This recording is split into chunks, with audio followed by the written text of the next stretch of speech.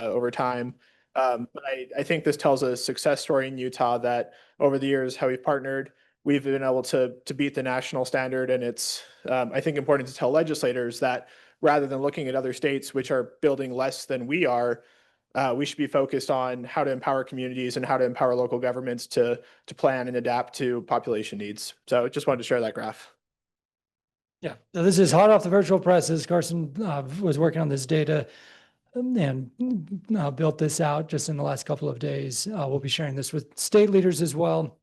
And again, we've highlighted, you can see where California is at the far end of the spectrum and where Texas and Arizona are, who also have had these big preemption bills. So with that as background, let's talk about where we are in state housing plan, because it has been a while since we've all met, and we've provided regular updates through Friday Facts, and then we've had our housing advisory subgroup that's been meeting every couple of weeks. But let's just make sure we're all on the same page before we get into the deliberation portion of the meeting. I'll also point out that we do have that time certain presentation on the proposed water fees from DEQ at 1 o'clock. So we'll keep that omnipresent here as we get into the weeds on housing. The state housing plan started right after the session. There were several work groups. We had league representation on all of those different work groups, and thank you to those LPC members who participated in those work groups. The policy tactic list started at about 160, and they're in the process now of refining it down based on our feedback. Now there's a technical committee that's focused on data collection and analysis. That technical committee has been meeting over the last 6 weeks. So the policy tactic group ended the end of June, took the week of the 4th of July off. Then we picked right back up in mid-July. Technical committee focusing on data collection. Carson, you want to give a quick update on the data collection piece? Yeah, the technical committee spent a few weeks on data collection, and really what they're trying to do is measure, well, I should say, what they're really trying to do is have policies and objectives oriented around data rather than set the policy and figure out what the metrics should be afterwards, which I think is a really good framework. Unfortunately, it does mean more work for local governments in many cases because we are the ones who have much of the data that they're looking for. So they sort of identified four key metrics, and these are metrics that we can't get from other sources. The first being the number of housing units built and planned for within centers. This is sort of oriented around the Wasatch Choice vision, where local governments have in their general plans planned for different types of centers, whether it's a city center, a community center, a commercial center. So they're kind of starting with that framework and saying, we think this is a good model for development. How do we work with AOGs off the Wasatch Front to help identify these centers, help communities plan for them? So they'll be sort of working with Wasatch Front Regional Council and MAG on centers that are already planned for and kind of monitoring development there. And then they'll also be working with AOGs elsewhere to try to help them figure out how to track these sort of metrics. And in many rural communities where you don't have a traditional center looks a little bit different than we might be envisioning on the Wasatch Front. The second metric is infrastructure deficiencies. We've talked a lot about the cost. Well, you've all told us a lot about your impediments in paying for new infrastructure, system infrastructure, project infrastructure to build out more. We've relayed those same concerns to the state, and they'd like to get some more hard data points on that. I think if we can come up with really solid numbers to demonstrate the need for additional infrastructure, it'll be more compelling when we go up and try to get more resources from the state or new authorizations for the state to fund those. They're focused right now on high-level major system infrastructure like water districts. So that'll be sort of the starting point. It's not certain how local governments will be interacting. I will mention that one of the fields in the survey we'll be asking for is system improvement costs or major impediments that your communities have for areas that are planned for but not yet developed. So that'll be those are two separate pieces, but we'll be coordinating to gather that information and help relay those costs to the state as part of our advocacy efforts to try to get more infrastructure funding. The third piece is approval timing. There's been a lot of push from the private sector that local governments are either dragging their feet or just not efficient for processing home building. Well, really just focus on the home building process. So we've also pushed back on any kind of massive mandatory report because that'll be cumbersome and it'll be difficult to parse through all the different milestones from getting a permit approved to the house being finished.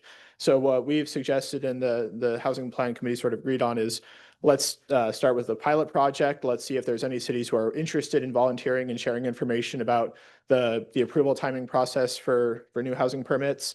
And it's not totally certain or defined what those milestones will be yet, but they'll be looking for volunteers for local governments who try to make the case that we are processing these permits and approvals according to state statute. So again, voluntary approach there. And then lastly, the number of certificates of occupancy issued. Right now, the state is very reliant on building permits to measure new housing production. We know that this is a little bit of a shaky metric because it could take several months, or it does take several months to get from building permit to a family ready to move into the house. So they'll be looking for certificates of occupancy. This will likely be coming through moderate income housing plan reports, just to try to capture some of that information to have a better performance metric on how many new homes are coming online. So if there's any questions, feel free to reach out. If you'd like to review these in more detail, you can reach out to me as well, and we'll get you a little more information on that. So that's all I have on technical committee. Perfect. Thank you, Carson. So to recap, where we started was 160 plus potential policy tactics. There was a core principle of collaboration over preemption, but some of those 160 were preemptive in nature. There was a steering committee, and Mayor Silvestrini from Mill Creek, former league president, is the league rep on that steering committee. Carson and I are both on the technical committee, and then league staff plus league elected officials and city managers were in all of those different work groups.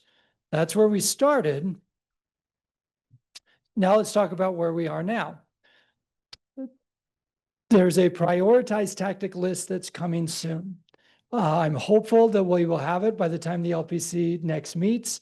It's still being discussed within the technical committee, but the vast majority of the preemption, the problematic preemption tactics have gone away. And let me just give you one example here. So one of the tactics that was discussed in great detail in the early summer was to allow housing by right in all commercial zones. This is not a new concept. This has come up before in Utah, but it actually caught a little bit of fire because several states this spring, including Texas, passed legislation to do exactly this. So it allow housing by right in all commercial zones. So Carson a moment ago talked about the center style approach that we've taken in Utah.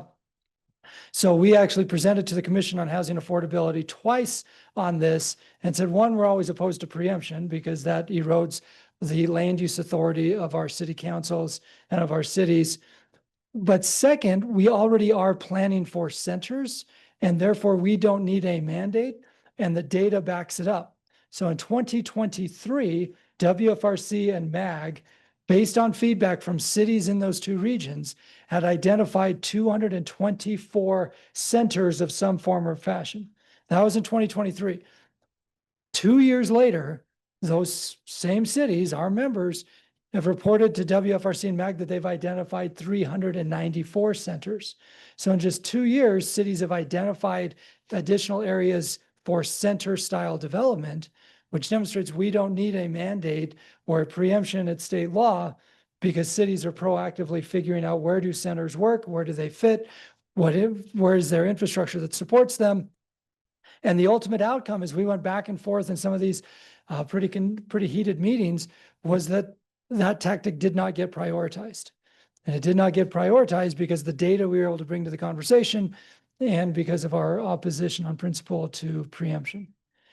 So I give you that as just one example of a lot of the back and forth that's been happening behind the scenes over the last few months. I want to publicly thank Springville Mayor Matt Packard and South Jordan Councilor Don Shelton, as well as Salt Lake City RDA Director Danny Wallace. Those are the three city representatives on the Commission on Housing Affordability. Councilor Shelton and Mayor Packard started this spring, and they hit the ground running. The first meeting they were asking fantastic questions of the different stakeholders, and the CHA will next meet in September, and they'll meet again in October. And the state housing plan must come before the CHA and the legislature in September and October. What we anticipate in that list of prioritized tactics is going to be a focus on infrastructure funding, which I think is a huge success for us. And so thank you to all of the many voices that have chimed in about the infrastructure shortcomings. There will be significant discussion on MIHP 2.0, which is why we'll talk about that here today. And there'll be a prioritized tactic around the spread of detached ADUs, and we'll talk about that here today. I also want to thank all of you who participated in our LPC Housing Advisory subgroup. By quick show of hands in the room, how many of you have been on at least one of those calls this summer? Yeah, so probably half the room has their hands raised, plus a bunch online. We've been averaging about 60 people participating in those calls. And those have been great because we've been able every couple of weeks to come back and say, here's what's being discussed in the housing plan, or here's what's being discussed in the land use task force, give us some feedback, and it helps us identify where it makes sense to deliberate, where we can hold the line, and then we've reported that back to the league board and then now to LPC. So before we, well, and I mentioned the LPC advisory subgroup. These are just a list of some of the topics that we've discussed. And we've also tried to bring back some case studies of what cities have done recently that are really intriguing in the affordable homeownership space. So Ephraim, Heber, and Provo have all presented recently on some unique things that they've done. Harrisville and Taylorsville are on deck to present at upcoming meetings. If you have an interesting example of something you're considering in your city that you'd like to share with other cities, let us know and we can put it into the queue as a potential case study. So using Heber as an example, they are currently working on an infill ordinance in the downtown area. So they presented it. They haven't enacted it yet, but they presented it with different policy considerations. We had Ephraim present, Provo, and others. If you as a member of LPC want to participate in the subgroup, you certainly can. We've scheduled subgroup meetings through the fall to help inform our deliberations with the state housing plan. So it's open to elected officials and city staff. Our next advisory subgroup meetings will be August 27th and September 10th. They're all Zoom. And then those meetings will help inform a stakeholder meeting we have on annexation policy, which we'll present later in LPC, land use task force on September 4th, and then the next CHA meeting is September 11th.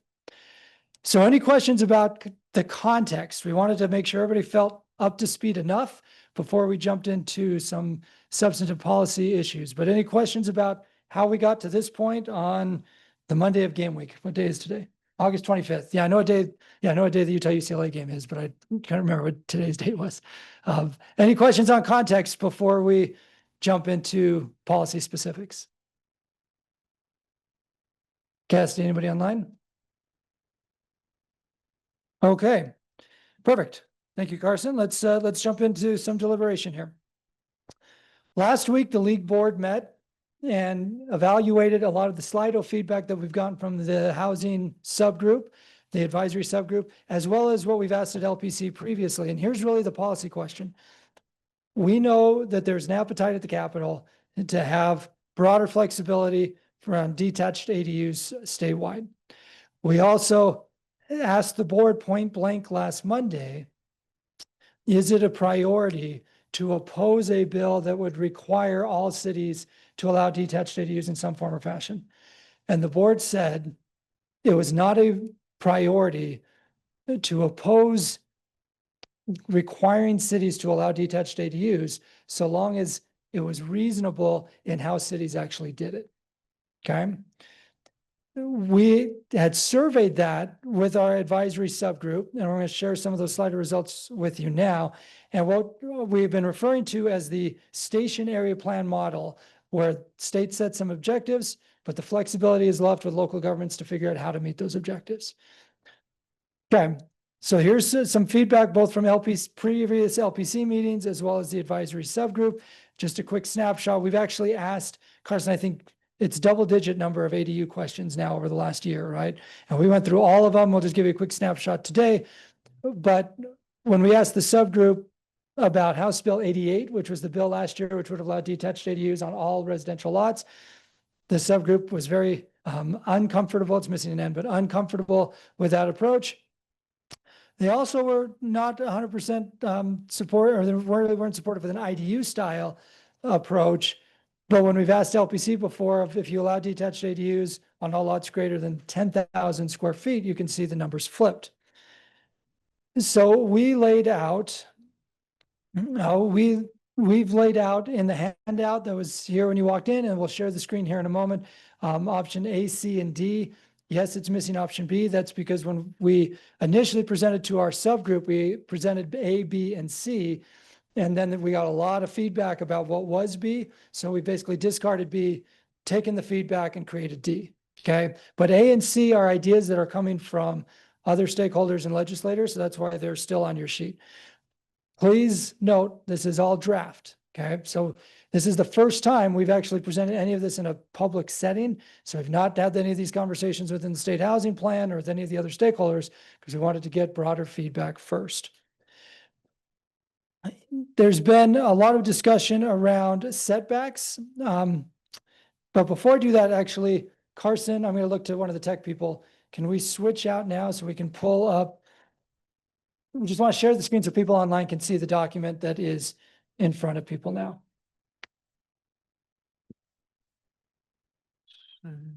Okay. So as Carson shares the screen for the 100+ folks online, there it is. Great. That was easy. I probably could have figured that out. Okay. Again, options A and option C are coming from different legislators. They haven't been drafted yet. So there's a lot of unknowns in those columns. Okay. Our ask for you today is to focus on this option D concept, which again is trying to reflect the direction that the board gave us last Monday. This is not an official proposal yet. This is our effort to try to get as much feedback as possible. And then our plan is to take the feedback that we get from you today and the next couple of days, and then go back to the advisory subgroup on Wednesday with a few tweaks, and then LPC meets again on September 15th. But we do have folks at the state level at the CHA on September 11th and Land Use Task Force on September 4th, awaiting some sort of proposal coming back from us. So that's why today's the day to bring it back to you for feedback, and then we can work accordingly. Keep going. Great. So let's start at the top. I want to thank Alexa Oldham on our staff. She's the one who put this table together. The color coding is gray is regulated by state law, blue is regulated by local ordinance, and white is still to be determined.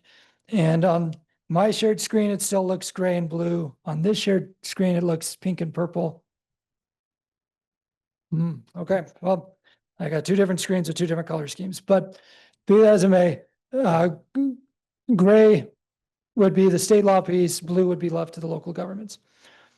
So the concept here, if you start at that top of the table of option D, all cities shall have an ordinance that allows detached ADUs, and then you can see there's a runway depending on the size of your city.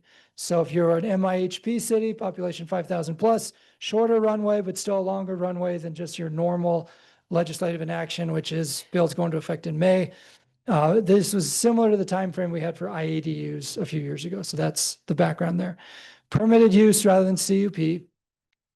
And then there'd be a lot size of 10,000 square feet would be the starting point.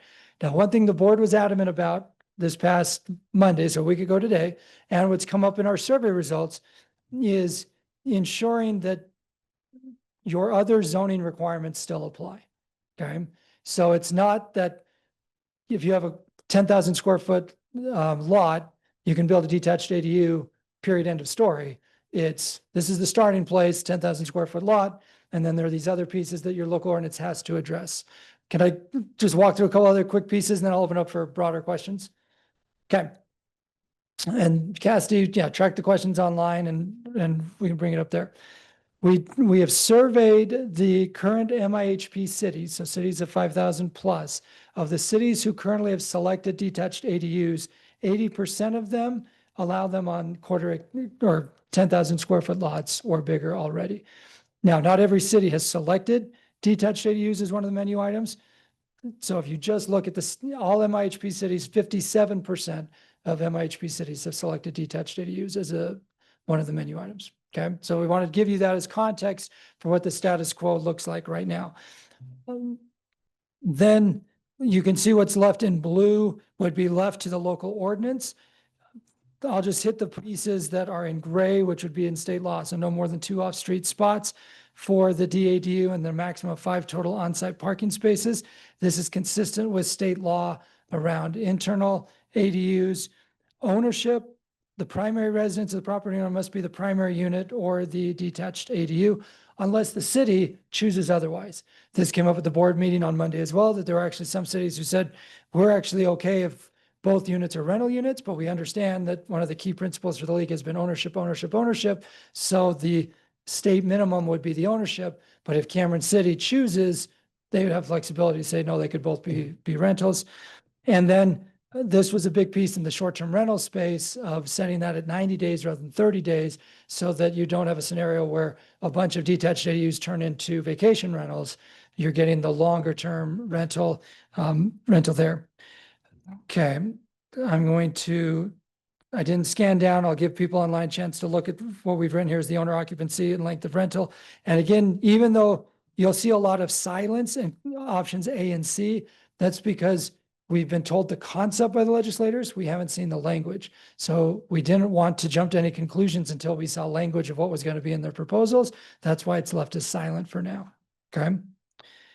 Then you'll see a lot that's still in blue, or on the screen, it's kind of a lightish purple. And the blue would all be left to local ordinance.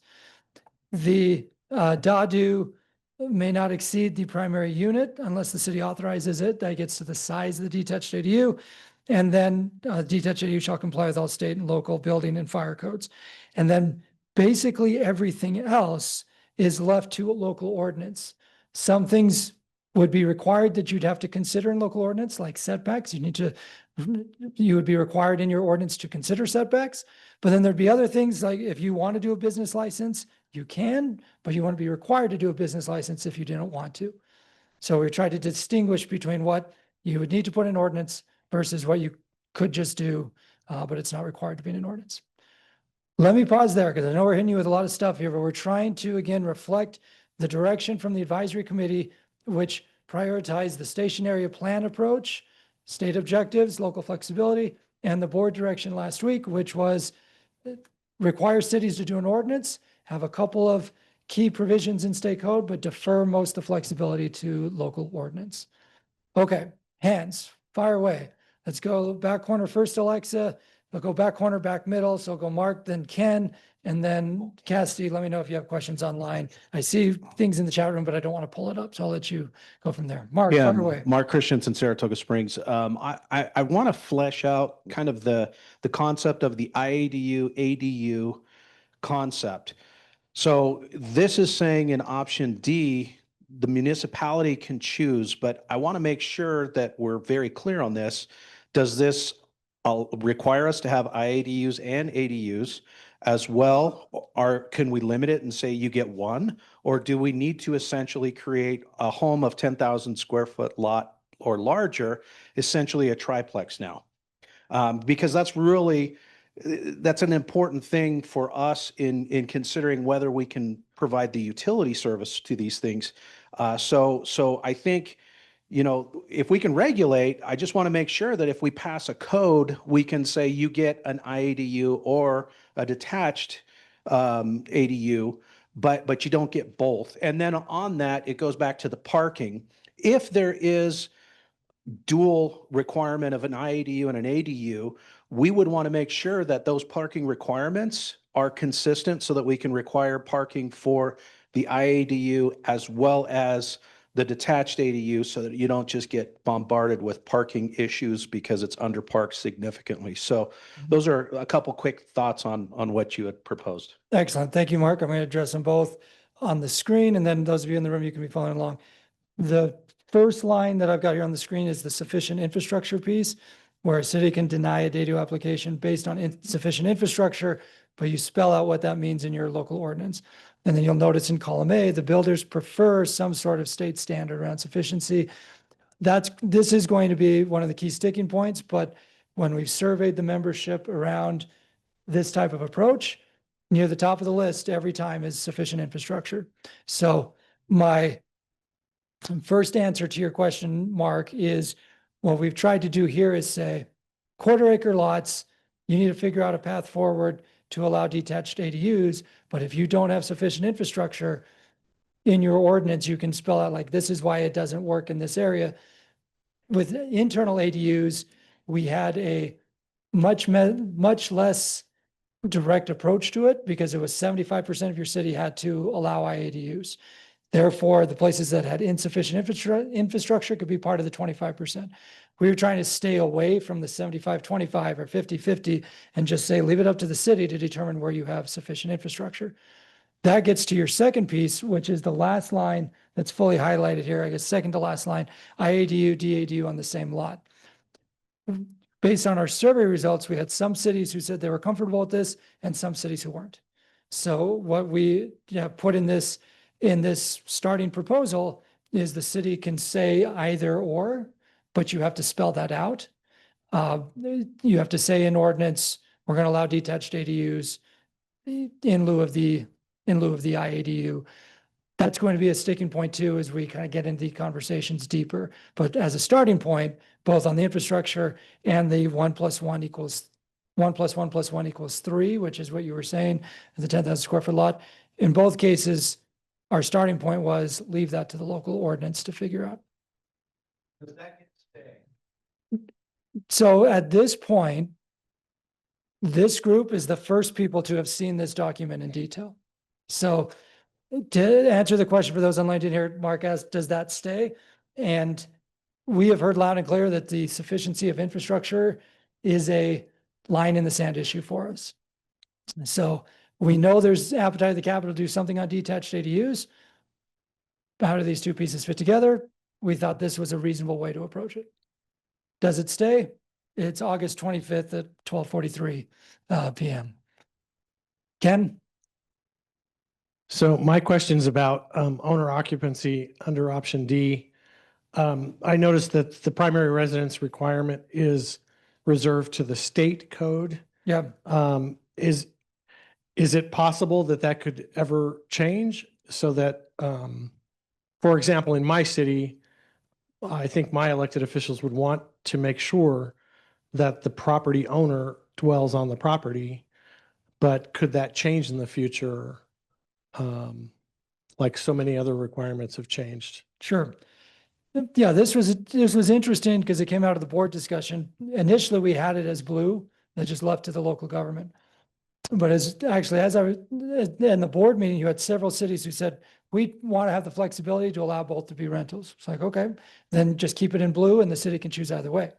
But as we chatted with some legislators last week, just to take their temperature, some of our friends at the Capitol,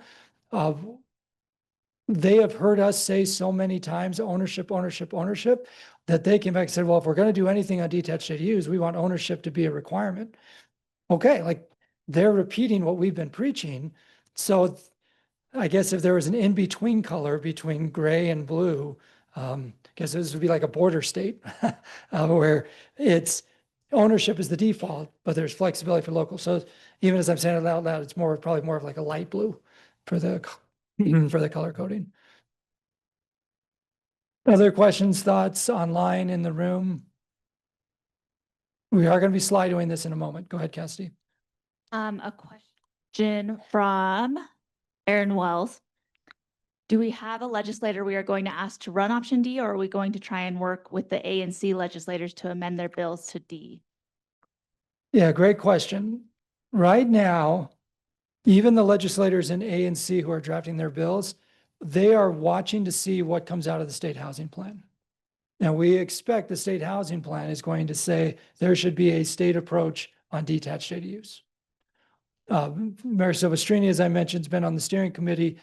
And Mayor, would you say that's a fair assessment of where things are at? That basically all of the other pieces of state involvement, we've been able to say, here are the reasons why state involvement is bad policy. And generally speaking, we've won those arguments. And detached ADUs, the feeling at the Capitol is like, this is partially a property right. So it feels a little different than some of those other ideas that have come forward.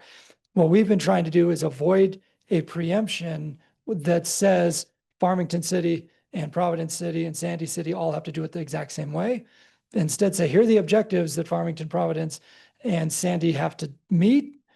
And then your local ordinance, you figure out how to do it. So Aaron, what we want to find out from this group is this something we could take back to the state housing plan and say, this approach makes more sense built-in state housing plan, and then the legislation that will go forward to enact the state housing plan would have this approach in it. And that would come through the Commission on Housing Affordability, and the co-chairs there are Representative Cal Roberts from Draper and Senator Lincoln Fillmore from South Jordan. I have two more if you're ready. Fire away. Okay, this one's from Ty Bailey. Would an ADU only qualify for an existing home, or could someone build a new home with an ADU at the same time? And then the comment of infill should be for a home of 10 years or older. Okay. Ty, great question. So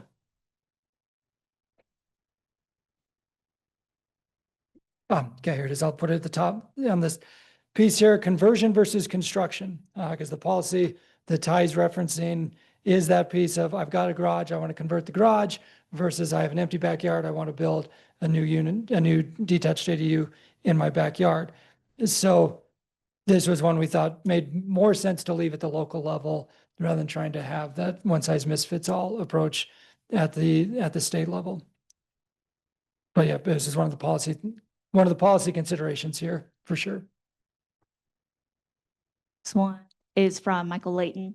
Any talk on deed restrictions prohibiting short-term rental and subdividing them off later? Okay, yeah, great question about short-term rentals, deed restrictions, et cetera.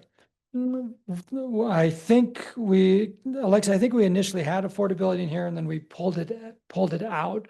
Mainly because we're trying to get to one page, to be candid there.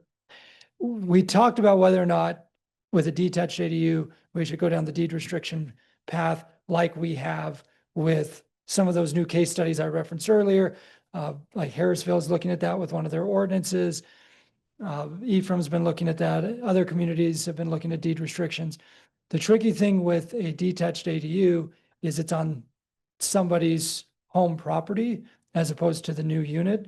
So it gets a little tricky to have a deed restriction tied to what is in all likelihood going to be that rental property. But certainly something we could add back in on the affordability piece. So in a moment, we're going to have an open Slido question to gather feedback broadly. And then we plan to, again, go through this one more time, bring it back to the advisory subgroup on Wednesday to tweak it, and then decide, is this something we're willing to propose to the state housing plan in the next couple of weeks? So let's go Mayor Silvestrini, and then we're going to go to the Slido questions. So I just want to say on this ADU discussion, I mean, I think there's appetite in the legislature for doing something. I think folks have seen that a lot of cities have approved external ADUs, and they're wondering why all cities don't do it. So while we're trying to preserve that local control, there's heavy pressure there.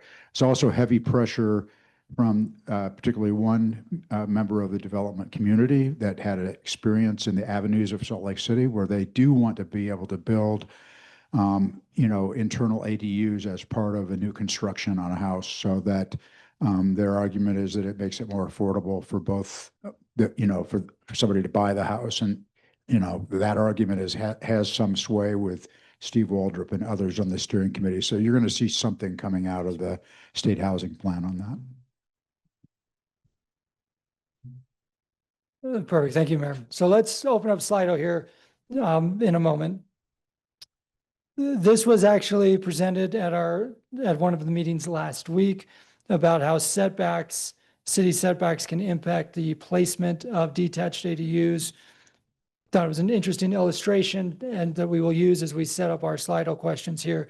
The point that was made in the meeting was that as cities have certain setbacks around the primary unit, that makes it harder to fit a detached ADU in the property.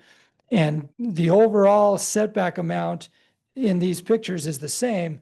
It's just adjusted in a way that allows for a detached ADU more easily. Now those are related to setbacks of the primary unit. We're going to ask you a Slido question here in a moment about setbacks for the detached ADU itself, because as we've researched the different setbacks that cities currently have, you'll see it in your handout that we have some variety in how cities approach setbacks for detached ADUs. And this is one of the questions that's come up over and over and over again in these different work groups. So Carson, you want to set up Slido here?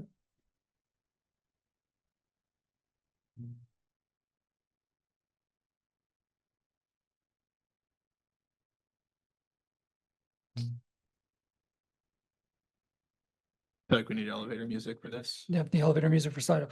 Then we have 3 specific questions and 2 open-ended, right? Or, 4 questions, 1 open-ended. great. Okay. All right, so please sign in both online and in person. As these are some of the unanswered questions that we want feedback broadly, and then we can come back to the subgroup and discuss it on Wednesday. First, I just showed you that picture about the detached ADUs. We have some cities that don't require any setbacks, and then some cities that require the same setback as the primary unit, which then makes it difficult, if not impossible, to allow detached ADU. So we've been asked, like, is there a way to have some sort of standard for that detached ADU setback in state code? Right now, our proposal does not include that. We wanted it the temperature of this group about that. So how do you feel about state law defining a standard setback for detached ADUs, as the detached ADU must be at least 5 feet from adjacent properties? So I'll leave this question open for a moment. And we have a few more detached ADU Slido questions. Go ahead, Ken.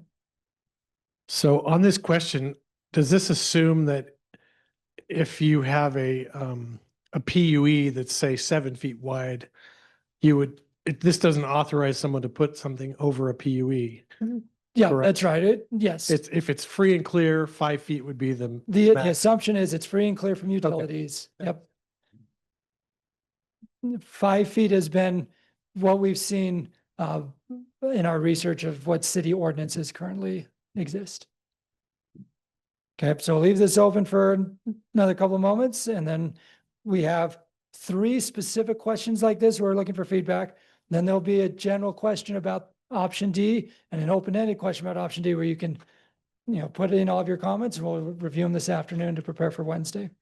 So I'll leave this question open for another 10 seconds.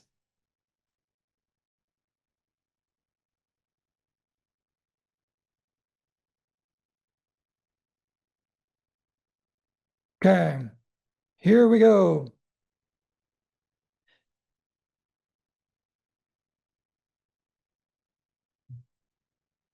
Next question.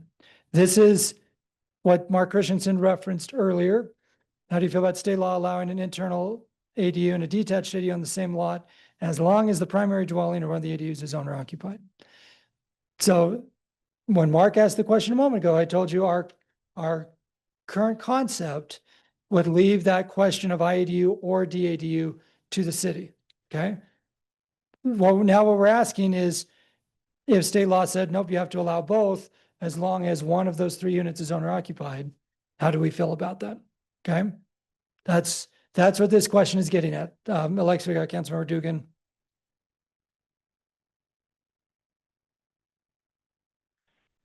Talking with our planning group, we have a great ADU program already and the ordinance in there. And talking with our program and the planning guys, we don't really track internal ADUs.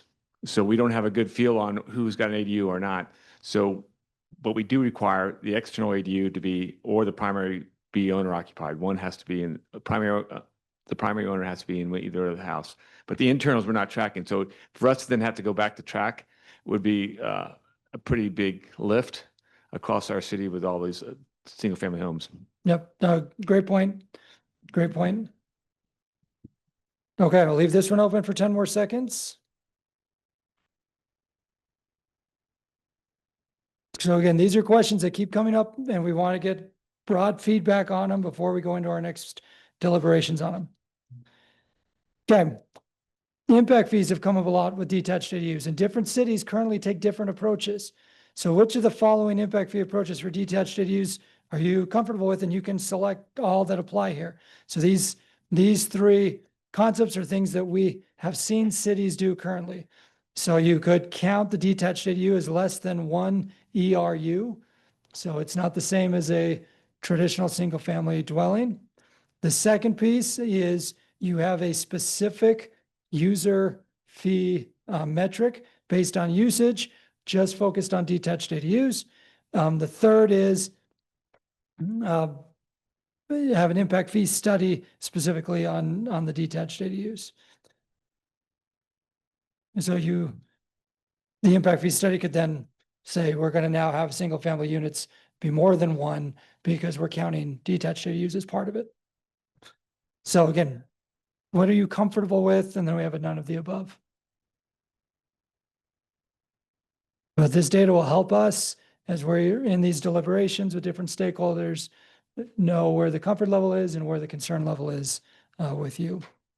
So I'll leave this one open for a few more seconds. And the last two questions, one will be our standard comfort concern level around option D is currently laid out.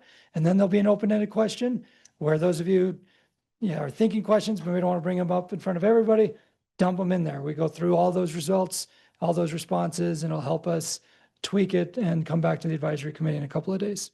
So I'll leave this one open for 10 more seconds.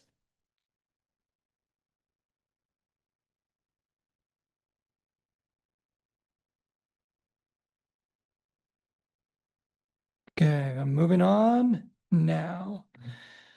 So how do you feel about option D as it's currently laid out? Comfort to concern scale. And please be honest, we need to make sure we know where people are at. Again, the question after this will be open-ended where you can explain your thought process and provide additional input.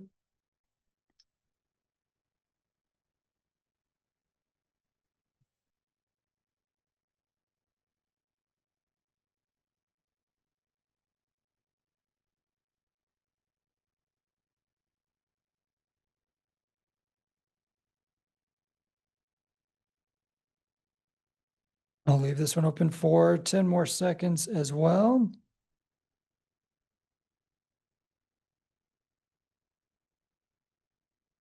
Okay, I'm moving on to the final question.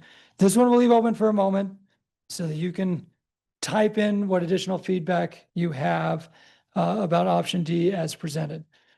Again, this is not an official proposal yet until you've had a chance to weigh in on it. So please be candid about what concerns you or why you think it makes sense, and we will refine it accordingly.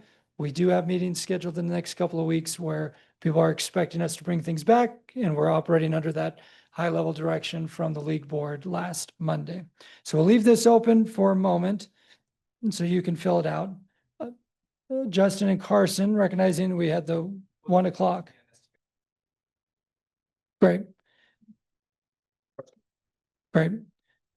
Can we leave this open if you switch back? Great. Okay, then I'll turn it to you. Perfect. Thanks everybody for the feedback.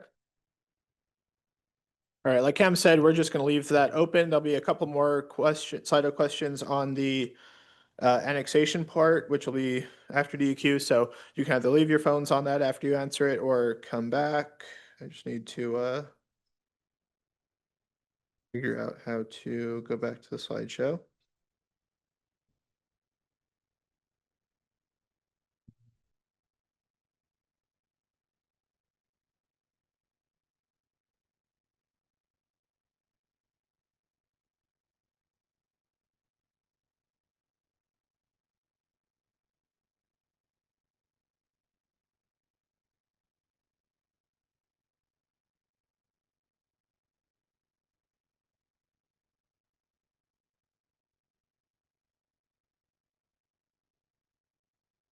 All right, so I've been told to be very quick here, so I'm just going to give a very high level overview of what we're calling MIHP 2.0. For those of you keeping track at home of how many iterations of MIHP there have been, we're probably technically at 4.0, but we're just going to stay at 2.0 for simplicity's sake. So this is a very high level concept. There's not many meat on the bones to report back yet, but we've heard the state housing plan wants to look at overhauling MIHP. I'd say there's sufficient appetite from you all to want to change MIHP, given the amount of frustration there's been over the years about reporting and making sure we're actually compliant. So I just kind of wanted to go over 3 components of this framework that we're putting together for MIHP 2.0. The first is strategies. One of the big questions we've heard over the years is how do we actually know if we're compliant until DWS tells us that we meet the requirements? That's been an open-ended question. So what we did with House Bill 37 last year is we made more concrete strategies. Some of you might recall if you adopt one of those concrete strategies, it might be a bigger lift because it's specific. You have to adopt a policy rather than just planning to do something. So it's a little more concrete, but it also gave you safe harbor for MIHP reporting for a number of years. So that's kind of the framework we're looking at for MIHP 2.0 is within the current strategies, which are fairly vague and open-ended. It's something specific and actionable that you can say in your report, check, we've checked the box. You have certainty that you're going to meet requirements, and it gives a little bit more clear direction from the state about what's happening on the ground. Again, we don't have these strategies built out yet, but that's sort of the framing we're thinking of. If you have something more concrete, you don't need the referee from DWS to tell you whether you've met the standard or not. You just know that you do. So that hopefully will resolve some of the concerns we've heard about uncertainty in reporting and compliance over the years. The second component is reporting. Right now, the reports are lengthy. I know I've read many of them, maybe not all of them, but almost of them. It takes a lot of time. It's very text-based, so it's hard to actually pull concrete data points out of.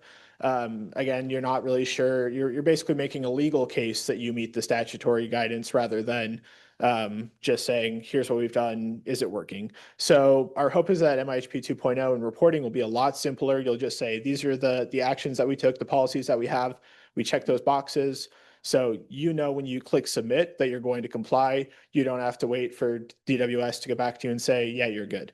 Again, it'll be more focused on actual outcomes, on metrics. So hopefully it'll take one staff or one planner a little like less than a day rather than taking several planners many days right now. And hopefully it's more efficient. The third piece of this is compliance. Again, right now, MIHP is tied to Transportation Investment Fund eligibility and Transit Transportation eligibility, as well as the fifth, and a couple other smaller pieces. These are all state funds. There's no local dollars being withheld, which we felt was the line in previous years. However, the challenge with this being the enforcement mechanism is these funds are usually programmed many years ahead of time. So if you're a city and you lose eligibility, but you've had a fund or you've had a project that was chosen to be funded 5 years ago, it puts you in a really difficult spot, as well as these are state systems and it causes a whole bunch of problems. So for MIHP 2.0, we're really focused on trying to create a new state revenue stream. Again, not putting any lockboxes or restrictions on local dollars, but a new program that's a strong partnership tool rather than a penalty. We've heard you that right now it feels like these are draconian, and right now every city is compliant with MIHP, so we feel like the status quo is working. But we want to say if there's new money, state dollars that are for growth, for planning, then that's an appropriate tool to tie MIHP to. So the cities that are going above and beyond, meeting these new menu items, that's how you get access to those new state dollars. Now, that's a little bit complicated because we don't have a funding mechanism for that yet. It's in a tough, constrained budget year, which Cam will talk about in a little bit, but that's kind of these are kind of the pieces that we're putting on the board. So recognizing this is super high level, I'm sure you have many questions about what this actually looks like, and we don't really know yet. Are there any high-level questions that you want to ask about this approach going forward? Jump best here. Okay. Nope, I don't think. All right. I don't see any hands. Oh yeah. Tom. I know Cameron is. Thank you. I know that Cameron is tired of hearing from this. Is there any avenue to say if you're over a certain percentage of your total housing capacity and they're all considered moderate income housing, that you get the pass card? Those kind of like fair share conversations have happened in the background. I'd say we don't have a consensus on that kind of approach yet. And I think state leaders aren't really sure whether the focus of MIHP should be where you're at right now versus where we want you to like end up. I'd say that's not been worked in right now, but we're happy to circulate those conversations more. Again, the focus is rather than the policy, or rather than success being what the outcome is, recognizing you're largely built out, there's not a whole lot you can actually do, but the focus is, are you adopting policies that could fit? Say if you have a commercial area that wants to redevelop into mixed use in the future, you could say, our policy is this, you have to provide X amount of affordable housing, you have to provide X amount of mixed use or commercial space. You're adopting the policy, you're doing what's in your control, and you're not being held accountable for anything outside of your control. So that's kind of the focus we're looking at. I know that doesn't totally answer your question, but that's what we're thinking of, rather than basing it on like how much affordable housing you have right now. Okay, cool. We'll come back to short-term rentals in a minute. share their presentation. Yeah. So, all right. So while Carson moves that over, so we know a lot of you have had questions and comments about the new fees coming out of the Division of Drinking Water out of DEQ. Nathan Lunsad, Director of Drinking Water, Division of Drinking Water, I think is the correct title, is good enough to have come to present a little bit to us today and take questions. Really appreciate him and the rest of the staff coming out to talk with us today. So we're going to have him present for a couple of minutes, and then we will take questions and comments. I will remind everybody that, yes, we want comments, so don't hold back, but also he's a guest, so make the comments civil and nice. And with that, I'll turn it over to Dr. Lunsad.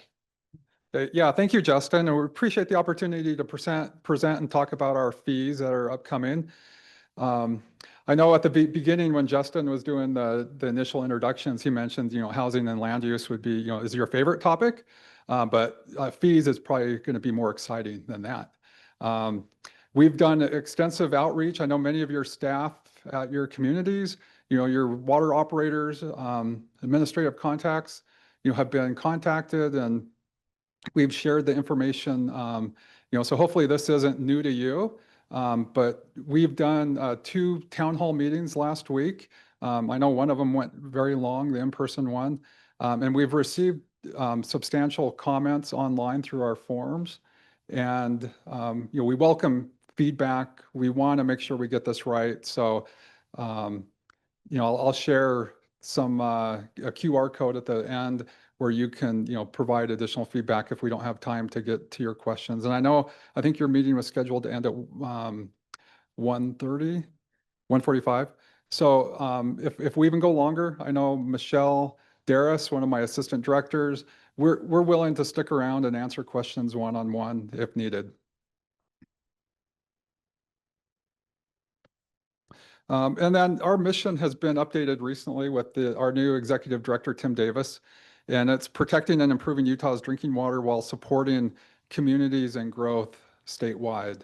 And I know our fee kind of falls in line with this, where, we're always, trying to protect and improve the drinking water, but we are constantly, the state's growing, we have new people moving in, we have new water systems being built, and we just want to make sure, we're balancing that, we're supporting you to be able to handle and deal with some of the challenges with the growth that we're seeing statewide.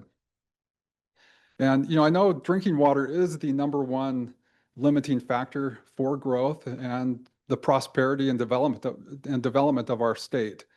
And so it's important that we can, maintain the local control to support all of you, and then also be less resilient or be less dependent and more resilient than relying on the federal government.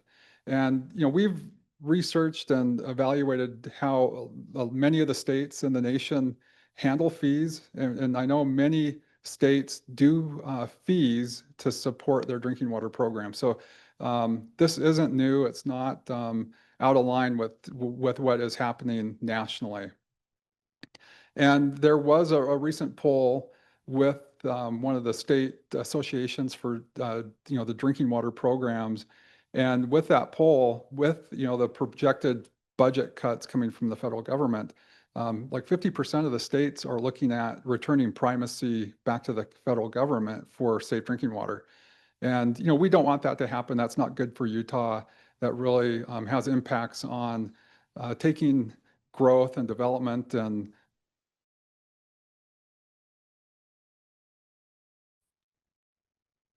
then, this is just, hopefully you're familiar with a lot of the programs and activities that we do at the Division of Drinking Water. For some of you, these may happen in the background. We do a lot of compliance, but we also provide a lot of technical assistance and support for your drinking water programs and your staff that are involved in these programs. And, even if you may not feel that you're getting a direct involvement, there is a lot going on behind the scenes. And then we're also kind of like the emergency responders. When something does go bad, if you have a water quality issue, a capacity issue, we're kind of like the emergency responders, the fire department, where we can kind of step in and provide support and assist with whatever challenges you are dealing with. And just want to kind of highlight, when we talk about the Utah way, what does that really mean? And, we do have a different philosophy than, the federal oversight. If, the way like the EPA and some of the other federal programs, they're more punitive and they will just come in, issue violations and penalties after a violation occurs.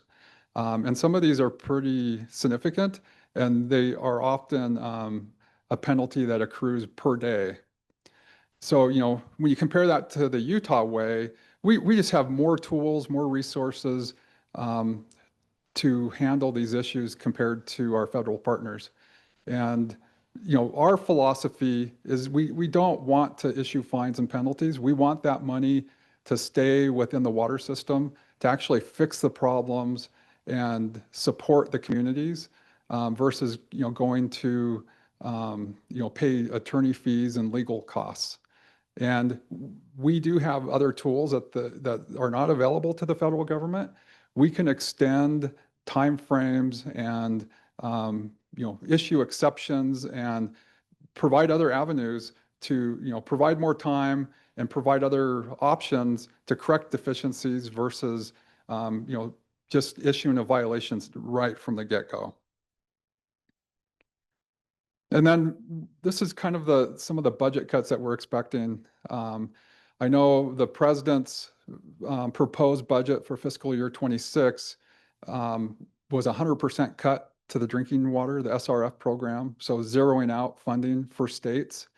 Fortunately, our House and Senate delegates have stepped in and don't agree with that, but the funding that they are proposing is still a 64% budget cut for our federal funding, which is very significant. And this is a graphical representation of our funding history and trends.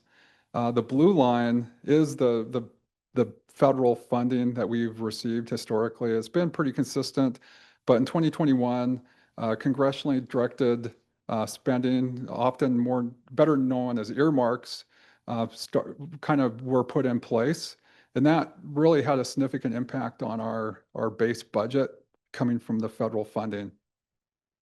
But it wasn't too noticeable because at that same time, we received a lot of one-time funding through BIL, ARPA, and other options.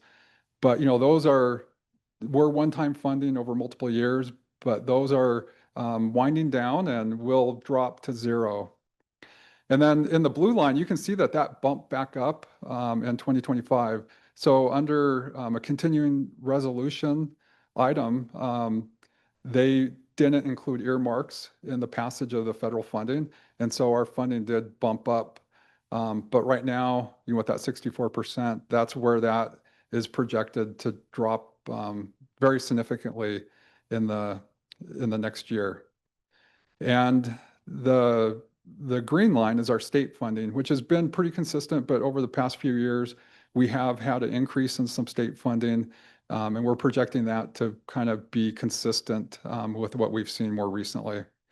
And then the red line is the number of water systems in the state, and that has continued to increase. We are the youngest state in the nation. We have one of the fastest growing states as well, and most kids per capita. And that's also reflected in our water systems that, we continue on a pretty consistent trend, are supporting more and new water systems, and that's projected out with that dashed line. And this is just some of our forecasted revenue projections. So, the past year and this next year, or for budget year 26, it's been pretty consistent, but with that 64% budget cut, that is going to have a significant impact on our division. And we're estimating that to be, about $5.6 million as a budget gap or shortfall. And again, these are on projections. We don't 100% know. There's been so much uncertainty.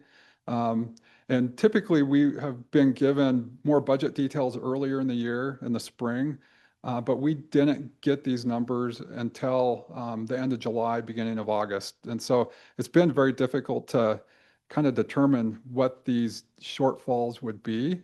And then there's also other federal funding that we're counting on and we're planning on receiving, but that's also uncertain on how that's going to take place. And then, we are, also cutting costs at the Division of Drinking Water. We're looking internally, and one thing, and also with these fees, we are looking at supporting our contracts with our partners. So we do have several funding opportunities where we provide service providers funding, work with our state labs, and we intend that with the fees that would continue to provide some of these partnerships that will help with the technical assistance and other services that you can directly benefit from. And with the internal costs, no one with new fees, they can be challenging, but we're committed to also cutting our costs. We have some upcoming rule updates where we're trying to be in line with the governor's executive order for permitting reform. We're finding ways to consolidate our plan reviews and operating permits to make that more streamlined. Also, by rule, allow and make it easier for sewer water line separation issues rather than having to request exceptions for those. I know that's been challenging where, right now, if that sewer line, water line encroachment's encountered, the contractors may have to stop work, and that increased costs and also can delay the timelines on projects. But we're trying to make that more efficient and by rule, give options to make that a lot easier. And we're also looking at streamlining our sanitary survey process, reducing travel, making sure we're bundling. And when we have our staff go out, they're doing multiple sanitary surveys and are visiting multiple water systems in the same trip. And then, so this last legislative session, Senate Bill 80 was passed. And I'm grateful and want to thank our legislators for being proactive and forward thinking. Because if we didn't have this fee authority, we would not have any tools to kind of be able to be prepared for this funding cliff that we're experiencing. And so, I think with many of our legislators did foresee that and provided us tools to do that. And, there's 4 water agencies within the state of Utah, and the Division of Drinking Water. Up to this point, we've been the only state agency without a broad or any fee authority to generate revenue, where many of the other agency or divisions have a pretty extensive fee options to assist with their revenue and their budgets. And so with Senate Bill 80, this does impact all of you. It's our community water systems, transient systems, non-transient, non-community systems, and even some of our wholesale water systems that have a retail component. And then there are exceptions and exemptions in the statute. So wholesale water providers, agricultural water, and industrial water is exempt from Senate Bill 80 for the fees. And this, to cover that $5.6 million budget gap, this is, a proposed fee breakdown where, and there's also in the statute, there's an incentivized and non-incentivized fee, but I'll cover what those are, but I would imagine all of you in this room and online are going to fall into that incentivized category. But it's the fees, it's $25 up through the first 10 million gallons. and then just over 3 cents for every 1,000 gallons. And this is just a state average for a monthly and annual breakdown per connection. But again, this is just a state average. And we do have a link. And at the end with the QR code, it will take you to our website. But we have for every water system, the estimated fees that would be assessed to you broken down. And that, again, that is based on 2024 data, and it's based on the water right data that you submit to the Division of Water Rights. So this is all publicly available data. It's the data that you're providing. And, here's just 4 different examples for, different population types, so that small community that has, under the 10 million gallons per day, they're going to be paying, $25 to $35 a year. And then, a water system, Canaryville, that is, close to the 500 in population, their annual fee is around $1,000. Nibley up in Cache County, close to 10,000. It is, the $16,000 to $18,000, and Provo, a larger community over 100,000. That fee is, over $200,000. But again, this is based on a per use basis, so it's going to vary by community, and it's also designed that every resident, every connection is paying the same rate per 1,000 gallons, no matter where you live in the state.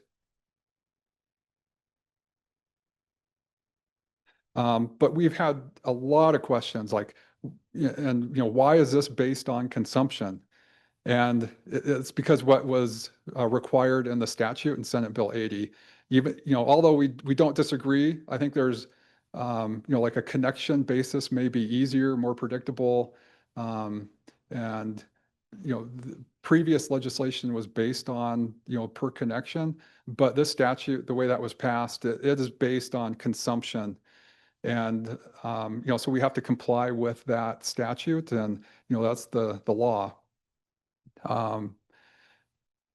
And there's, the incentives in place, and the reason I think it is based on consumption is the legislators involved really wanted to promote conservation and better use and management of our water resources. But there's 4 criteria. We had a question in the back. Yeah. Right, time for about 3 questions. Okay, I have a few, let's see. I could probably, there's more slides, but you want to just jump into question? Yeah, timing wise, we probably, or Okay. that's great. So Cassidy, you've got one online? I have a few, but they're all basically the same question.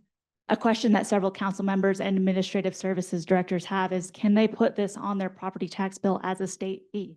They're really concerned that they will hear back about this fee because they have lots of homes that this fee will go to, but the city has no control over this. So how are cities allowed to put this on their bills? Yeah, that's a great question. And as a division, we're not dictating how this fee is imposed or collected at the local level.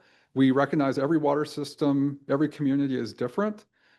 So we want to give you the flexibility. So it's up to you on how to best collect that fee. I know, like, especially with the base rates, I've heard some that that may just be part of an operating budget. It wouldn't have to be shown as a line item on a water bill. Others I know have tiered rates. They may assess the fee through like the upper tiered users. And so we just don't want to dictate how that is done, because there could be options, just like what was mentioned in that question, to make it easier to collect the fee and generate or collect that money. So hopefully that's helpful. I know there was a question in the back too. Yeah, Mark, go ahead. Yeah, mine's just a theoretical one. 3 cents per 1,000 gallons is a regressive tax. essentially is what it is. And so fundamentally, I'm curious as to why you're not hitting higher water users. And my good friend next to me had a question. I'll hand it to him when I'm done. But I'm curious as to why you are not imposing, higher tiered fees based on overconsumption, because it seems like the state is wanting to get serious about water conservation, but a 3-cent tax on 1,000 gallons seems pretty inconsequential long-term, and it's likely not to move the needle on water conservation. So I'm just curious as to why you haven't considered trying to have tiered usage considered into that, and then I'll hand the mic to my friend. Yeah. And I know not all water systems have tiered rates, and not all water systems report their water use data to, to the Division of Water Rights. So it was kind of a balance for that. And that's where we, landed on a consistent water use fee, that would apply to every water user in the state of Utah. When you consider that use of every water user in the state of Utah, and there's a carve out for agriculture and industrial, those two areas consistently seem to have a very significant impact on the amount of water that is being used. Residents, I recognize, when they're showering and using their water in a home, have an impact, yet there's significant impact from those other users. What justification is it that allows them to carve out? It's by the statute, and I think that's how it got passed. And I think the legislators added that to the rule. Initially, it was not in there, but that was what was ultimately passed. And probably due to lobbying efforts from other organizations is what I would imagine. Yeah, I can. Yeah. Yeah. And just to Nathan's point there, yeah, I can tell that there was multiple drafts of this legislation. It went to a conference committee late in the session, and the agriculture piece was one of the concessions that was made. There were some other ones that I don't know, were worse, but there were some other things that got pulled back. So yeah, there was a lot of discussion around this one, and that's how the legislature ultimately decided to go. Yeah, thanks, Justin. We have time for a few other questions. Yeah, so we here's a QR code. If you follow that link, it will go to our website. We have a form on that web page where you can, if we don't have a chance to get to all your comments, or you are not able to ask your question, please submit that through the form. We do want to hear from as many people as possible. And again, this is a proposal, and we're open to, before we go to the formal public comment in September, we're open to making changes and modifications to this fee.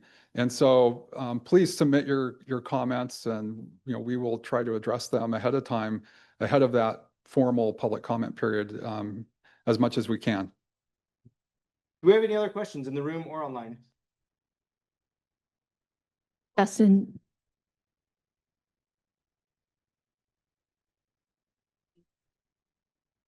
Oh yeah, back one here. Okay. This one? Yeah. So, and I'll just note on the website, on the webpage, there is a link that lists every water system in the state and what it would have been based on 2024. So if you're curious what yours was, it's on the website there. We shared it in Friday Facts the last couple of weeks. If you can't find us, let us know and we can find it, but you don't have to just guess based on these four. They've actually done a great job of sharing a long list.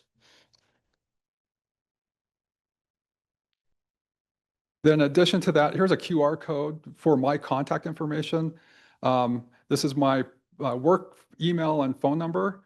And going through the QR code, you can download me right into your contact information. And feel free to reach out through email or phone calls or texts. And we're happy to have discussions one-on-one. So that's another avenue in addition to the form to provide some feedback. All right, last call. Any final questions? Cassidy. I have a few comments online, and I will try and summarize them very quickly. So some people are concerned about secondary water versus primary water. We also have concerns about the difference between cities that have pressurized irrigations versus those that don't.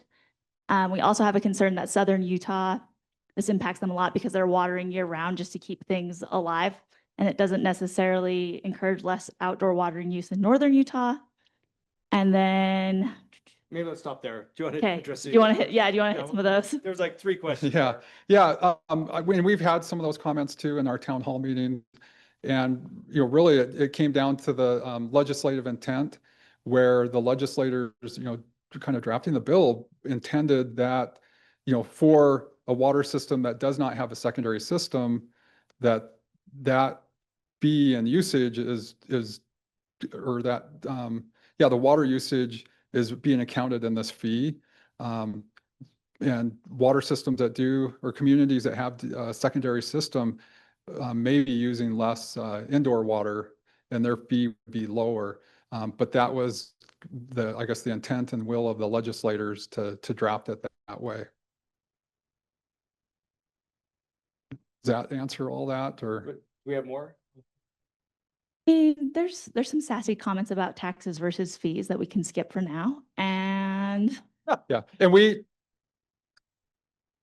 and we've heard a lot of that, the tax versus the fee. But again, that is, was the legislative process, and it was very clear that, with the legislators, that it would not be a tax, it was going to be a fee. And as a division, as a director, it would be so much easier to have this as a tax.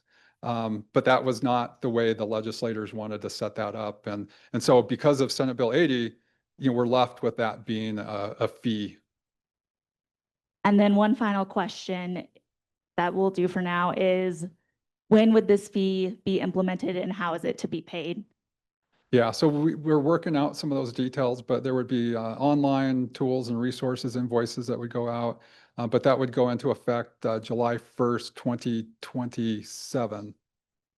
Is the first payment? Would be the first payment to the Division of Drinking Water. Yeah. Yeah, so that was the proposed funding with the allotments. And again, if funding does change and it turns out that we're not cut 64% and funding levels are restored, we would not intend to impose a fee. This is to really cover or it's intended to cover that federal gap with the federal budget cuts. All right, well, thank you for your time, and please reach out through our website and contact me personally if you need further discussion. All right, thank you, Nathan. Really appreciate that. So a couple of things here. It's, this is a fee out there. This is a different place than we're often in with the LPC. We don't have a bill that we're taking a position on. We do encourage everybody that has comments, that has questions, to continue reaching out to DEQ, reach out to Nathan. I know many of your cities, many of your staff have already been a part of some of those, the online town hall or the in-person one that both took place last week, excuse me, not next week. And also the Rural Utah Waters Group, I think, is meeting tomorrow. And there's going to be a presentation there as well for those that are a part of that. So that's where we're going right now. Is there any other direction that the body wants to make for ULCT or for staff on how to proceed on this? Again, we do encourage everyone to put in their comments and questions to DEQ, but just looking if there's any further direction for us as staff.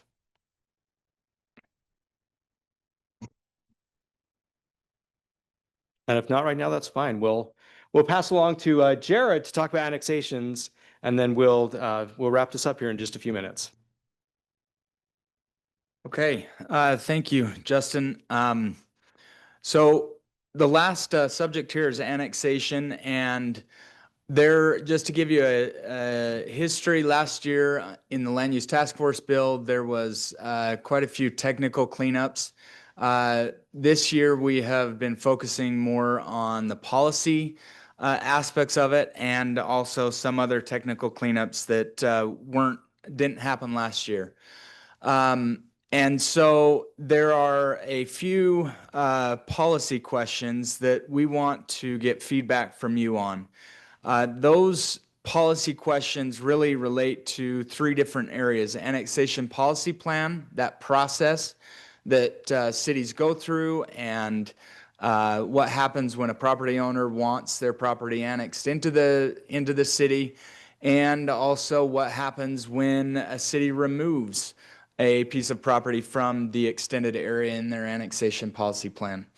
The second one being islands, and where you've got a piece of property that is surrounded completely by the city, and/or really an island being created along a border between two cities that has yet to be annexed in. The last being a preliminary municipality process.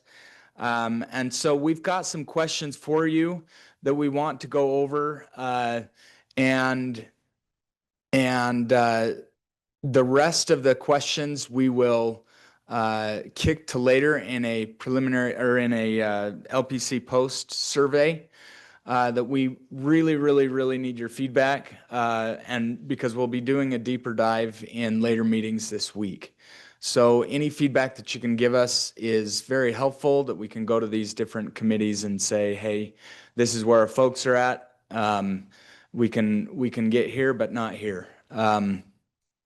So with that in mind, a few of the items that we wanted to talk about here, why don't we go to Slido, and we'll focus our efforts here on three different questions.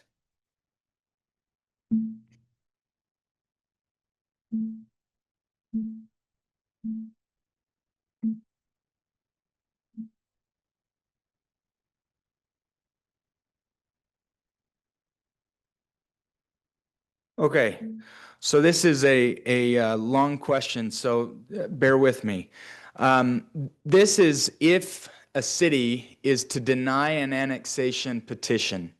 Someone wants their property to come into the city and be annexed, and the city says, no, we don't have the infrastructure, we don't have the ability to provide that infrastructure.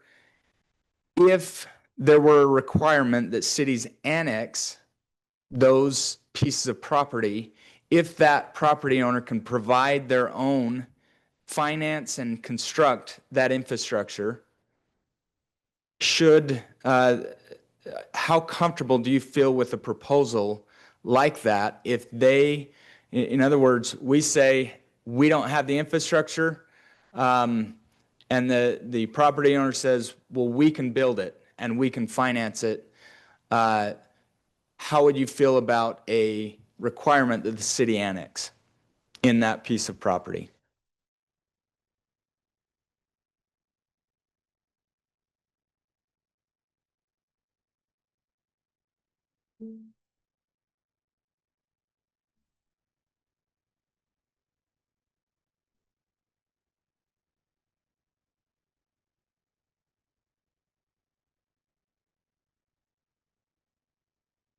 Hold it open for a few more seconds here.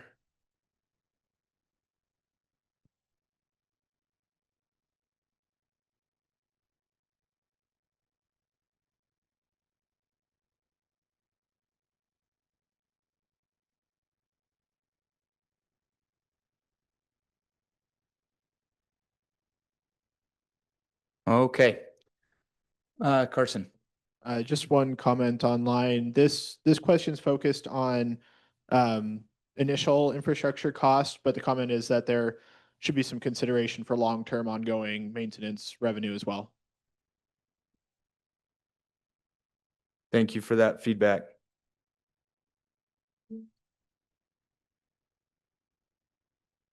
Okay, let's go on to the next slide. Thanks for that feedback.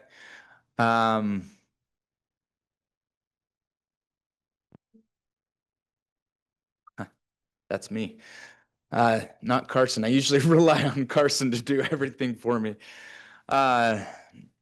So the next question here is, how would you feel about when a property is removed from your extended area in your annexation policy plan?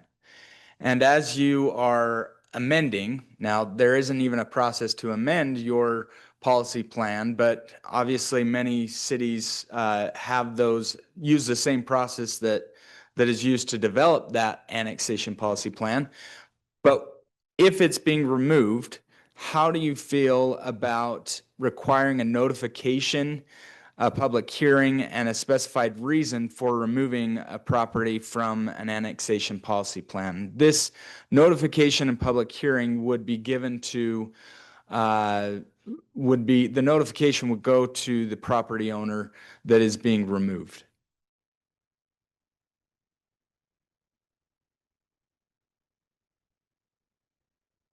Yeah, and I should also say that the reason for removing a property from the annexation policy plan would be one of those reasons that that is considered as criteria in your initial annexation policy plan. Cost of infrastructure, the population growth, the norm. This assumes the property owners that are in a county and in an annexation policy plan have some type of right already in the city. They don't. So you make a good point there. I think that Jared, you need to summarize Norm's comment because the online people didn't. yes. So what Norm said is this essentially implies that they have a right, a property owner. What Norm was asking is whether or not this would imply a property owner having a right when they don't have a right to be annexed in or even included within a annexation policy plan. This cuts short, in my mind, of giving them a property right, because even after the notification, the public hearing, and the specified reason for removing a piece of property from the annexation policy plan, that still may be removed if the city council so desires. In the creation of the policy plan initially, with the planning commission as well as the city council, there is also already a public hearing on both of those that happen. If you're removed, this would give a public hearing for those that are being removed. So that's the question. With Norm, you might put very concerned. With others, it may be different. So.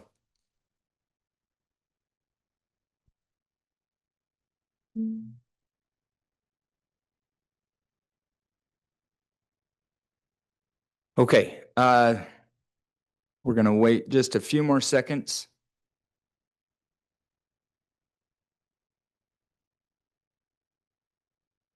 Okay. Last question. How do you feel about the allowance of property owners to form preliminary municipalities adjacent to cities if the adjoining city has denied a petition from that property to annex? Now, preliminary munis, you have to be at least a quarter of a mile outside of the property boundaries. What this would do is remove that. And if an adjoining city denies the petition to annex into the city, then that property owner could then move forward with a preliminary muni. So it essentially gets rid of the quarter mile. We don't want them. They have right to do their own. Correct. Can you say that?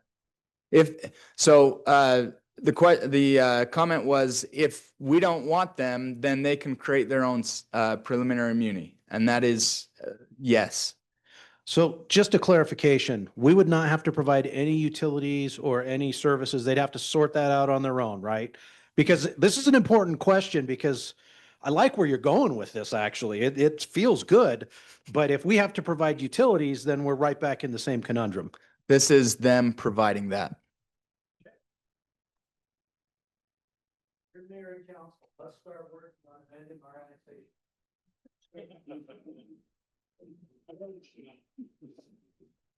Here.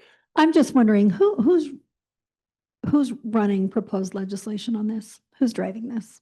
That's a good question. There's quite a few different legislators that have been discussing this. Musselman and others that have been discussing that and moving at least the needle forward as far as that something needs to be done with annexation. Sorry, say that again. No, no. Just that there's things that need to change. I don't know what they are. We need something done. That's Why I'd like more specific information about who exactly is running this. We can talk after, but I'd like to know who's working on this. yeah, the land use task force is also, this is one of the subgroups of the land use task force. And so the PRC, along with the league and other developers this is one of the subgroups. This was one of the topics that was prioritized as far as discussing in the land use task force. Now, whether we get to some place or not, that's a different question, but it's something that we've committed to discussing. And so that's where we're at. Has there been articulation about what problem it is we're trying to solve? I just don't know if there's specific examples. Okay, it looks like. Yeah. Sorry. Yeah. So Mayor Ramsey, the other thing I'll add to the question about the specific problems that are trying to be solved here and who's running it, et cetera. Under the banner of the state housing plan, there's been a lot of discussion about what we refer to internally as edge communities. So right now, I'll pick on Mark for a moment, as he was talking about Saratoga Springs has a lot of unincorporated county on the border of Saratoga Springs. South Jordan has unincorporated county on the edge of South Jordan. So there are a lot of communities that fit in that category, but then you also have a lot of smaller communities, a lot of communities on the Wasatch Back or communities in Cache Valley where you have property owners on the edge of those smaller communities that are looking for a path forward. This is really acute in West Weber County. So part of this conversation around annexation is also around how to equip smaller communities to deal with those challenges that come with growth. So it's all in that same piece. So I could give you examples from Tooele County to Summit County and everywhere in between of where like there are specific fact patterns here that have spurred this conversation of should we revisit annexation law? Should we revisit how these edge communities can annex or revisit the preliminary municipality law from a couple of years ago, which had a fact pattern that started in Grand County. So it's more complicated, but that's in part why so many groups are looking at it right now. Yep. Perfect. We've got to come back to something. So let's real quick. Last comment while the chair is coming forward. All right, real quick. Will Summercorn. I have been working or kind of heading up a working group on annexation for the last couple of years. We really needed to clean up the annexation code. That was what the bill was that was passed this last session, but everybody recognized there were a lot of issues around annexation that needed some discussion. And annexation could be a good tool for growth management. It is being used that way in a lot of other states. We haven't been doing that. We looked at a lot of different ideas. We're talking about those ideas. The ones that they're asking about today really are things that have kind of come forward from the PRC folks because of some of the experiences that they've had, as Cam kind of mentioned, things that are happening around the state.